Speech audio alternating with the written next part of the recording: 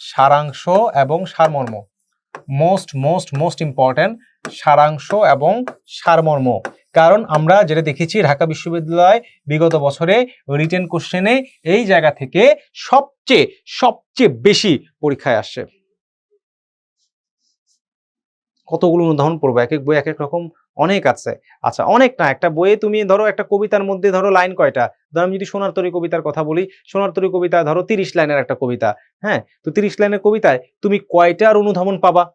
সর্বোচ্চ 15-20টা, এর বেশি তার তুমি পাবাই না, কারণ কবিতাটা ছোট কবিতা। হ্যাঁ, তো এরকম মনে করো 18 বছর বয়সেও বেশি একটা পাবা না। তো এরকম যতগুলো কবিতা আছে ধরে ধরে তুমি এরকম 15-20টা 25টার বেশি কোনো গল্পে বা ইসে তুমি অনুধাবন প্রশ্ন পাবা না। বেশি হইতে পারে কি বিলাসী গল্প একটু বেশি হইতে পারে। আচ্ছা,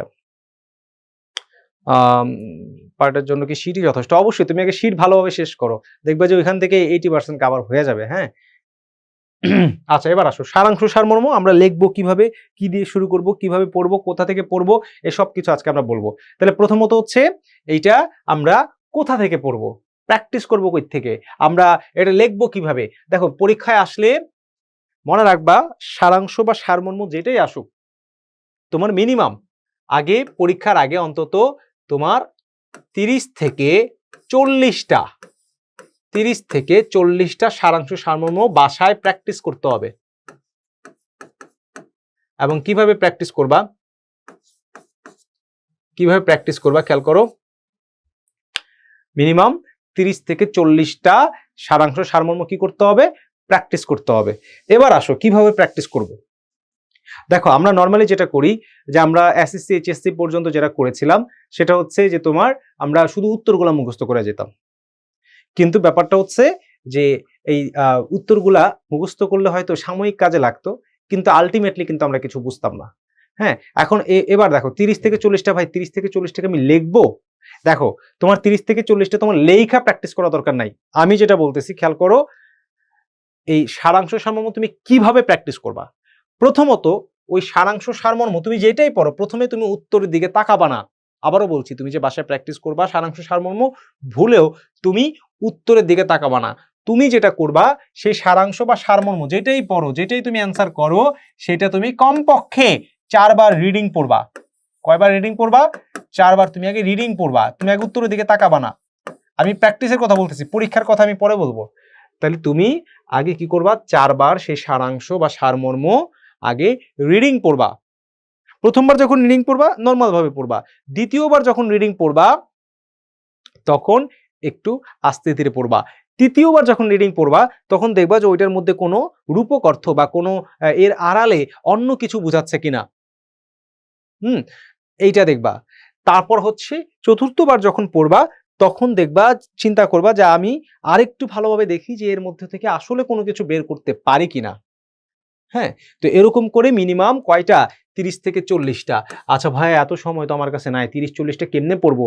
একদিনে কি পড়া সম্ভব? এটা একদিনে না ভাইয়া। তোমার কাছে আজকে হচ্ছে ধরো, আজকে হচ্ছে মাসের 3 তারিখ, তোমার পরীক্ষা হচ্ছে ডিসেম্বরের 13 তারিখ, তার মানে এখনো তোমার কাছে 40 দিন আছে। তার মানে তুমি যদি একদিনে মনে করো যে আমি বলছি যে 40টা লেখাও লাগবে না, তুমি হচ্ছে কি করবা? এই 30 থেকে 40টা সব না, তুমি 5টার মধ্যে একটা লেখো, জাস্ট হাত চালুর জন্য লেখো। কিন্তু ব্যাপারটা হচ্ছে যে তোমার ভিতরের জড়তাটা কাটাও। তো মিনিমাম 4 বার তুমি রিডিং পড়ে তারপর তুমি অ্যান্সারের দিকে তাকাও যে আমি যেটা চিন্তা করছি সেটার সাথে আসলে সেই লাইনগুলোর মিল আছে কিনা, বা আমি যেটা চিন্তা করছি তোমার মেইন কথাগুলো আমরা ধরতে পারি কিনা। তো এরকম করে 30 থেকে 40টা যদি প্র্যাকটিস করো তাহলে দেখা যাবে হয়তো এখান থেকে কমনও পড়তে পারে, আর যদি কমন নাও পড়ে তাও কি হবে, তাও তোমার ভিতরে যে সারাংশ সারমর্ম যে জড়তা, যে আমরা সারাংশ আসলে তাও তোমরা মনে করো একটু ধরতে পারো যে এটাতে কি বুঝাইছে, এটা দিয়ে এটাকে তুমি শর্ট করলে করতেও পারো। কিন্তু ভাইয়া সারমর্ম আসলে কিন্তু একেবারে সব কিন্তু একেবারে উল্টাপাল্টা হয়ে যায়। সারাংশ আসলেও তাও আমরা কিছু একটা করতে পারি, কিন্তু সারমর্ম আসলে আমরা কিন্তু সব মাথার উপর দেওয়া যায়। তাহলে এই জন্য এই সারাংশ বলো বা সারমর্ম বলো দুইটারই কিন্তু 30টা করে পড়তে হবে। তাহলে একদিনে পড়বো না, একদিনে তুমি 5টা 10টা করে পড়ো, 10টা করেও তুমি যদি প্র্যাকটিস করো বেশিক্ষণ লাগবে না। তুমি যদি 1 ঘন্টা করে সময় দাও, 3 দিন সময় দিলেও কিন্তু এই জিনিসগুলো শেষ হয়ে যাবে। হ্যাঁ, তাহলে এবার আসো সারাংশ সারমর্ম কোথা থেকে পড়বো, কোথা থেকে প্র্যাকটিস করব, আমি দেখাবো প্র্যাকটিক্যালি। আচ্ছা, প্রথমত আমাদের লেকচার শিটে যতটুকু আছে হয়তো 8, 10টা 15টা আছে, এগুলো আগে প্র্যাকটিস করতে হবে। প্রথমে কই থেকে পড়তে হবে? আমাদের যে লেকচার শিট দেওয়া হয়েছে, হ্যাঁ? সেখান থেকে তুমি পারবা পড়তে হবে। এরপর তোমার কাছে যদি কোনো সহায়ক বই থাকে, হইতে পারে সেটা স্বপ্নসিঁড়ি, হইতে পারে সেটা তোমার কাছে যে কোনো বই আছে, সেখান থেকে ওই শিটে যেগুলো আছে সেগুলা বাদে আরো যেই মনে করো ১০-১৫ টা সেখান থেকে পড়তে পারো। তারপর দেখবা এই সারাংশ সারমর্ম এটা কিন্তু তোমাদের এইচএসসি তে ছিল। তার মানে এইচএসসি তে তোমার যে টেস্ট পেপার আছে অথবা যে বই তুমি এইচএসসি তে পড়ছো সেখান থেকে হয়তো আরো ১০-১৫ টা অতিরিক্ত পাবা। তো এরকম করে মোটামুটি ৩০-৩৫ টা তুমি যদি পড়ো, তাইলে দেখবা সারাংশ সারমর্ম নিয়ে যে জড়তা, যে একটা ভয়, সেটা অনেকটা তোমার কেটে যাবে। এরপর আসো, এরপর হচ্ছে ভাইয়া এরপর আরো কিছু করা যেতে পারে। আরো কথা হচ্ছে যে তোমার যে কবিতা, এই কবিতার মূল ভাবগুলা তুমি দেখবা। হ্যাঁ? এই কবিতার মূল ভাবগুলা দেখবা। তাইলে মোটামুটি ভাবে মানে প্রত্যেকটা কবিতা তোমাদের শর্ট সিলেবাসে যে কবিতাগুলো আছে, তাইলে ওইখান থেকেও কিন্তু সারাংশ সারমর্ম মাঝে, মাঝে আসতে পারে। আচ্ছা। বুঝেও সুন্দর ওয়ার্ডগুলা দিয়ে প্রকাশ করতে পারি না। আচ্ছা, এটা কিন্তু একদিনে হবে না। তুমি যখন এই যে ৩০-৪০ টা এই যে আমি বললাম যে আগে তুমি বুঝবা যে এর কোনো রূপক অর্থ আছে কিনা। বুঝার পরে তারপর তুমি অ্যান্সারটা দেখবা। তারপর তুমি অ্যান্সারটা একটু আ কয়েকবার প্র্যাকটিস করার চেষ্টা করবা। তারপর তুমি অ্যান্সার চাইলে মুখস্থ করতে পারো। হ্যাঁ? অথবা মুখস্থ না করলেও তুমি অ্যান্সারটা বারবার পড়বা। তাইলে ব্যাপারটা হচ্ছে তখন আর তোমার মধ্যে তেমন কোনো জড়তা থাকবে না। হুম? আচ্ছা, এবার আসো ৪ বার পড়বো কি, কি বিষয়? আরেকবার বলেন। দেখেন আমি এবার আপনাদের প্র্যাকটিক্যালি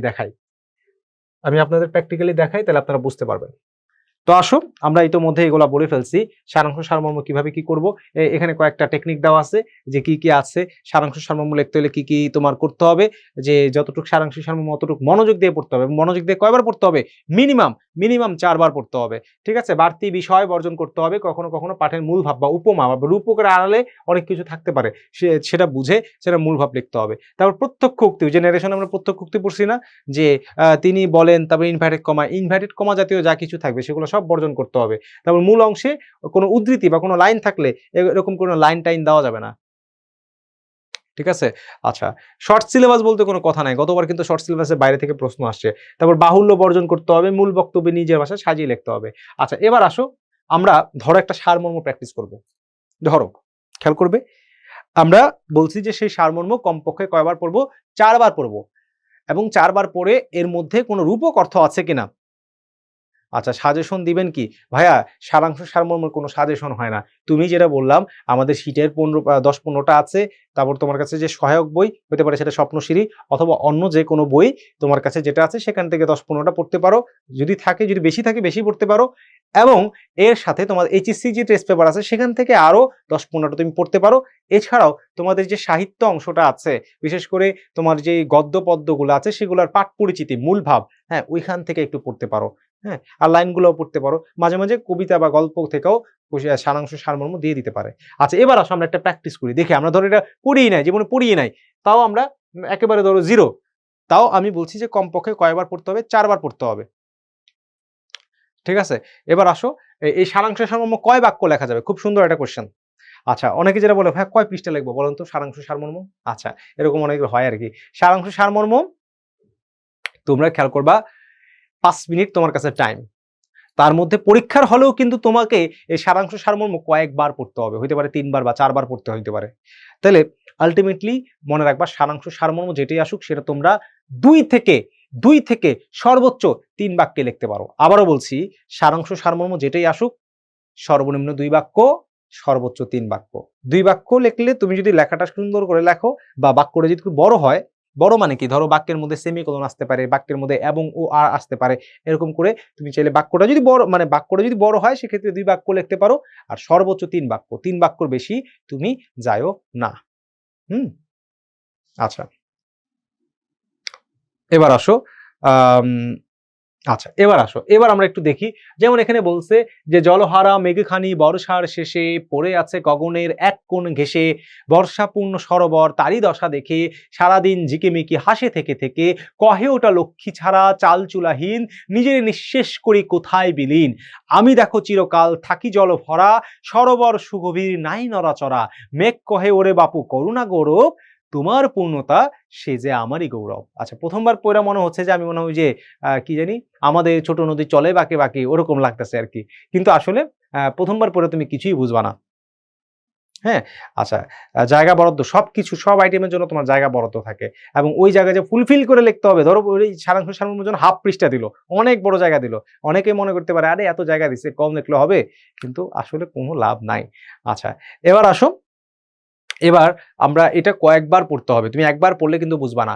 আচ্ছা, তো এরকম করে আমরা আরেকবার এবার একটু বুঝে দেখব। এই ৪ বার এখন আমি পড়ব না। আমি তোমাদের বুঝানোর জন্য এবার একটু আস্তে ধীরে, মানে ওই যে ৪র্থ বার পড়লে যেরকম লাগে ওরকম তোমাদের একটু দেখানোর চেষ্টা করব। খেয়াল করো, আমরা যদি দেখি আ যে কি বলছে? জলহারা মেঘখানি বর্ষার শেষে। তাহলে এখানে একটা মেঘ আমি কি বেসিকটা তোমাদের একটু ক্লিয়ার করছি। তারপর এর মধ্যে কোনো রূপক অর্থ আছে কিনা আমরা সেটা দেখব। বা এর আড়ালে অন্য কিছু বুঝাইতে চাইছে কিনা আমরা সেটা একটু দেখার চেষ্টা করব। তাহলে দেখো কি বলতেছে? জলহারা মেঘখানি বর্ষার শেষে, অর্থাৎ তোমার কি হইছে? যে তোমার মেঘ সে বর্ষার শেষে কি হয়ে গেছে? জল হারায় গেছে। পড়ে আছে গগনের এক কোণ ঘেঁষে। তাহলে এই যে এই মেঘ সে কি হয়ে গেছে? যে বর্ষার শেষে সে জল, তার যে জল ছিল সেটা হারিয়ে আকাশের একটা কোণায় সে পড়ে আছে, সে মেঘ। আচ্ছা, এরপর কি বলতেছে? বর্ষাপূর্ণ সরোবর। তাহলে এই যে তুমি যখন সারমর্মগুলা পড়বা, তাহলে এর সাথে যে শব্দার্থগুলো তুমি যেটা জানবা না, এখন কিন্তু যুগ খুব আধুনিক। যে শব্দের অর্থ আমরা জানবো না, তোমার কি ChatGPT তে জিজ্ঞাসা পারি অথবা তোমার গুগলে সার্চ দিতে পারি যে এটা অর্থ কি? সরোবর অর্থ কি? তো তুমি গুগলে সার্চ দিলে দেখবে যে সরোবর অর্থ হচ্ছে পুকুর। হ্যাঁ? তাহলে বর্ষাপূর্ণ সরোবর অর্থাৎ বর্ষাপূর্ণ পুকুর, তারই দশা দেখে, কার? এই যে মেঘের দশা দেখে সারাদিন ঝিকিমিকি হাসে থেকে। তার মানে কি? সারাদিন কি করে? এই যে মেঘের অবস্থা দেখে পুকুর সবসময় সারাদিন হাসে। আচ্ছা, এরপর কি করে? কহে ওটা লক্ষ্মী ছাড়া চাল চুলাহীন। মানে এই যে সরোবর তার আবার বলতেছে, তুমি হচ্ছে লক্ষ্মী ছাড়া, মানে তোমার কোনো খোঁজ খবর নাই, তোমার কোনো অস্তিত্ব নাই, চাল চুলাহীন, তোমার কিছুই নাই। আচ্ছা, নিজেরই নিঃশেষ করি কোথায় বিলীন, মানে নিজেকে নিঃশেষ করে সে হারায় গেছে। মানে এখানে কি? পুকুর হচ্ছে মেঘকে ব্যঙ্গ করছে, তাকে পচাচ্ছে। আচ্ছা, এরপর দেখো কি বলতেছে? আমি দেখো চিরকাল থাকি জলভরা। তাহলে এখানে তোমার সেই পুকুর গর্ব করতেছে যে আমি সবসময় জলভরা থাকি। সরোবর মানে এই পুকুর বলতেছে সুগভীর নাই নড়াচড়া। তাহলে আমি এতটাই পরিপূর্ণ যে আমার নড়াচড়া করারও কোনো জায়গা নাই। আমি খুব গভীর, আমার অনেক কিছু আছে। তাহলে এগুলা কে বলছে? এগুলা এই যে এখান থেকে তোমার শুরু করে এই পর্যন্ত কে? পুকুর বলতেছে। আচ্ছা, এবার দেখো এতক্ষণে মেঘ বলতেছে, মেঘ উত্তর দিচ্ছে আর কি, মেঘ কহে ওরে বাপু করো না গৌরব। তাহলে এত অহংকার করো না, এত গর্ব করো না, এত গর্ব করো না। তোমার যে পূর্ণতা সে যে আমারই গৌরব। অর্থাৎ তুমি যে আজ এত পরিপূর্ণ, এর পেছনে অবদান কার? এর পেছনে অবদান হচ্ছে আমার। তার মানে এই যে দেখো আমি যখন একটু ভাইঙ্গা পড়লাম তখন কিন্তু তুমি অনেক কিছু মোটামুটি একটা ধারণা নিতে পারছো যে কি হইছে এখানে। তোমার একজনের মহৎ ব্যক্তির কথা একজন বলে দিয়েছে। দেখছো এই যে তুমি এখন ১ম বার পড়ে কিন্তু আমরা কিছু বুঝি না। ১ম বার কি মেঘ, পুকুর, সরোবর কি জানি কইতেছে। কিন্তু যখন আমি একটু বুঝে পড়লাম, এখন যদি আমি উত্তরের দিকে তাকাই, আমি কিন্তু ১ম উত্তরের দিকে তাকাবো না। আমি ১ম এ এভাবে ভেঙে হয়তো তুমি ১ম ২-১ টা সারমর্ম পড়লেই যে তুমি একবারে সব বুঝা ফেলবা সেরকম না।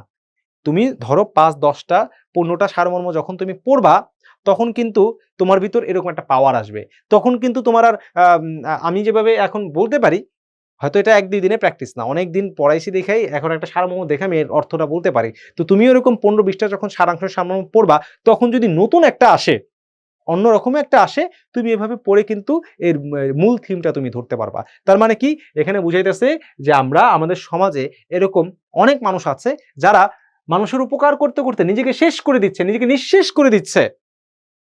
আবার অপরদিকে আমাদের সমাজে এমন মানুষও আছে যারা তোমার কি উপকারের উপকার পাওয়ার পরেও উপকার তো স্বীকার করছেই না, বরং তাকে হেয় করছে, তাকে অপমান করছে। তাহলে এই যে এই কথাগুলাই তুমি যদি তোমার সারমর্মে যদি তুলে ধরতে পারো, তাহলেই কিন্তু তুমি ৫ এর মধ্যে ন্যূনতম ২ থেকে ৩ বা ৩.৫ নাম্বারও তুমি তুলতে পারো। তাহলে এখানে আমরা কি বুঝলাম? যে এখানে ২ রকমের মানুষ আছে আমাদের সমাজে, যারা হচ্ছে নিঃস্বার্থভাবে মানুষের উপকার করে যাচ্ছে। অপরদিকে এরকম মানুষও সমাজে পরিপূর্ণ যারা উপকার স্বীকার তো করেই না, বরং যে উপকার করে তাকে নিয়ে উপহাস করে, তাকে নানা বঞ্চনা করে। কিন্তু এতেও কোনো লাভ হয় না। যারা উপকার করে তারা নিঃস্বার্থভাবে সবসময় মানুষের পাশে থেকেই যায়। তাহলে এই জিনিসগুলোই তুমি যদি তোমার সারমর্মে ফুটায়ে তোলো, তাহলে কিন্তু মোটামুটি একটা নাম্বার পাবা। এরপর তুমি কি করবা? এরপর হচ্ছে তুমি সেই উত্তরের দিকে তাকাবা। যেখানে কি বলছে? যে তোমার বিশ্বের সব মানবহিতৈষীরা সেরা মহানুভবতার নীরব উচ্চারণে নিজেদের তিলে দান করে মানুষের দুঃখ দীনতা ঘুচিয়ে রিক্ততা পূর্ণ করে দেন। তাতেই তাদের আত্মিক আনন্দ, আত্মিক বানানটা দেখবা, হৃদয়ের তৃপ্তি। তাহলে এই যে এই পর্যন্ত তোমার অনেকগুলা কথা বলছি। কিন্তু পরিতাপের বিষয়, মানে আরেকটা দিক আছে। কিন্তু পরিতাপের বিষয় যারা ত্যাগব্রতী মহাপুরুষের নীরব আত্মদানে জীবন পায়, যারা এই যে এত কিছু করার পরে যারা জীবন পায়, পূর্ণতা পায়, তারাই তাদের মহান ত্যাগের আদর্শকে বিদ্রূপ করে, ব্যঙ্গ করে। তারা ভুলে যায় উপকারেই তাদের সমৃদ্ধি। তাহলে আমাদের এই যে এই কথাগুলোই কিন্তু এখানে আমরা পাইছি যে তোমার আমাদের সমাজে ২ রকম লোক আমরা দেখি, যারা অনেক ভালো, আবার যারা অনেক এই যে উপকার তো করেই না, স্বীকার করেই না, বরং তাদের বিদ্রূপ করে। আচ্ছা, তাহলে এই কথাগুলো যদি তোমার এখানে হয়তো অনেক কঠিন ভাষায় বলছে বা অনেক মনে করো যে একটু ডিপ ভাষায় বলছে, তুমি হয়তো এত কঠিন ভাষা বা এত গুছায় হয়তো লিখতেও পারবা না। তো যতটুকু পারো তোমার কথাটা যদি এরকম থাকে, মূলভাব যদি এরকমই থাকে, কাছাকাছি থাকে, তাহলে কিন্তু তুমি একটা নাম্বার ক্যারি করতে পারবা। আর তুমি যদি লেখো যে এখানে মেঘের কথা বলছে, এখানে সরোবরের কথা বলছে, এখানে মেঘ অনেক কষ্ট করে, মেঘ সরোবরে অনেক পানি দিছে, পরে মেঘ হারায় গেছে, হ্যাঁ? তারপর সরোবর মেঘকে বিদ্রূপ করতেছে, ভুলেও এই কথাগুলো লেখা যাবে না। আবারও বলছি, ভুলেও তুমি এই সারমর্মে কিন্তু মেঘ, বৃষ্টি, সরোবর, হ্যাঁ? এগুলা কিন্তু ভুলেও লেখা যাবে না। তোমার কি লিখতে হবে? এর যে রূপক অর্থ, এর যে ভিতরে কি মিনিং আছে সেটা তোমার একটু বুঝায় দিতে হবে। সেটা তোমার যদি এভাবেই লিখতে হবে সেরকম কিন্তু না।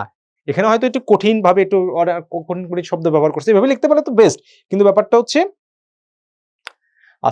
ব্যাপারটা হচ্ছে তোমার কি এখান থেকে তোমার নিজের ভাষায় তুমি লিখবা। ঠিক আছে?